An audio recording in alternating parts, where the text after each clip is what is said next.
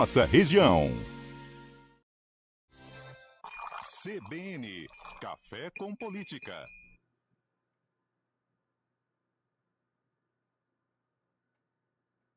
Muito bom dia para você, Bruno Silva. Olá, muito bom dia, Felipe Pereira. Bom dia, Sandra, que está aí pelas ruas de Campinas, né? E todos os nossos queridos ouvintes.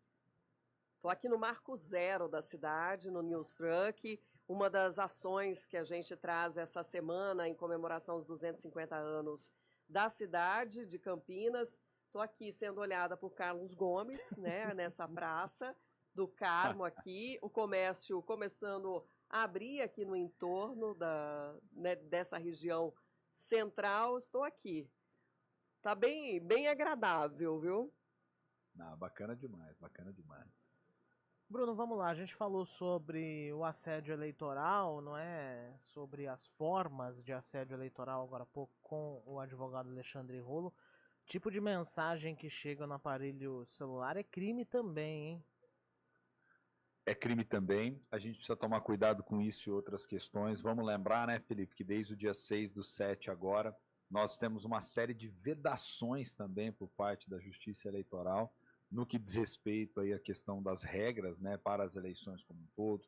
Então, por exemplo, os candidatos, pré-candidatos, precisam tomar muito cuidado da maneira como se dirigem aí aos seus eventuais eleitores, ainda na condição de pré-candidatos, né, as convenções partidárias agora 20 de julho já começam aí a dar a tônica de quem serão efetivamente os candidatos, embora a campanha pedindo explicitamente o voto, campanha de rádio, de TV, a gente só vai ter lá, né, por meio de agosto, ali, a partir do dia 16 de agosto. Então, o que a gente precisa ficar extremamente atento?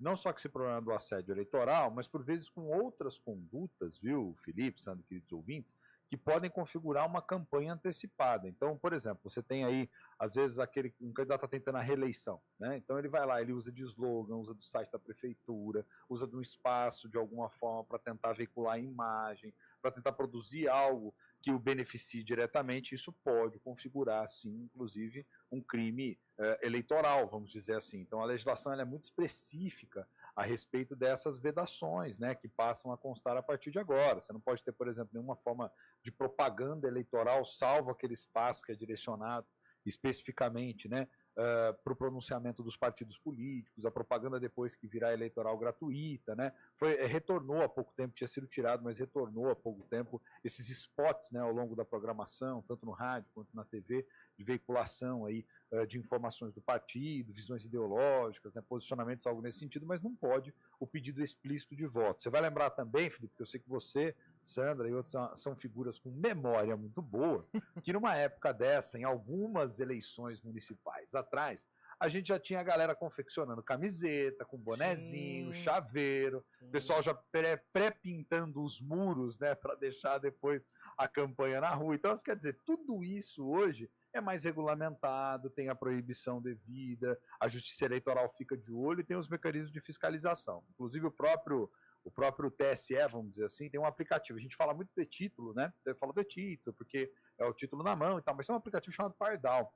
E esse aplicativo Pardal, que pertence aí ao TSE, ele é justamente o quê? Voltado para a dimensão, para a questão das denúncias de irregularidade eleitoral, né? Você não pode, por exemplo, pegar a sua fachada, vender para um candidato e falar assim, pode pintar aí tudo que você quiser, né, do jeito que você quiser. Não pode, você tem legislação para isso, você tem o estabelecimento dos padrões, inclusive. Então, desde o dia 6, é importante a gente observar todas essas questões, né, e principalmente o porquê toda essa vedação. Porque há muito mau uso da máquina pública, né, Felipe, Sandro e queridos ouvintes. E há muitos pré-candidatos que já estão, por exemplo, na condição de políticos, né, representantes, né, legítimos, eleitos, vereadores, o próprio prefeito, vice-prefeito, etc., que por vezes abusam dessa condição para poder potencializar a sua pré-candidatura, né? Então você pega, sei lá, você pega a equipe do gabinete, quantos assessores você tem? Você tem 4, 5 assessores, então você já bota essa galera tirando eles do gabinete e colocando eles na rua para poder divulgar a imagem do candidato, fazer propaganda positiva e tudo mais. Então tem que tomar muito cuidado com isso tudo, porque pode configurar propaganda eleitoral irregular e antecipada. Ô Bruno, inclusive agora as prefeituras elas já têm uma limitação em relação à divulgação, né, no site oficial, que ficam suspensas, inclusive as publicações nesse período.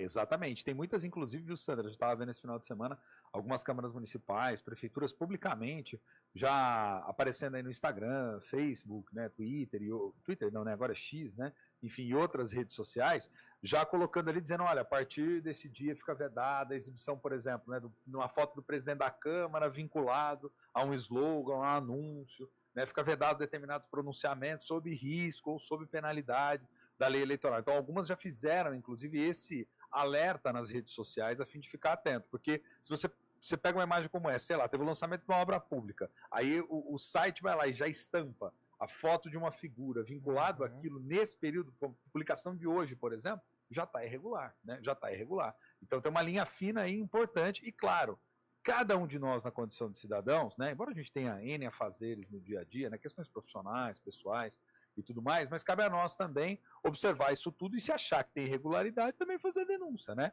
A apuração cabe aí às instituições que estão presentes justamente para isso, né?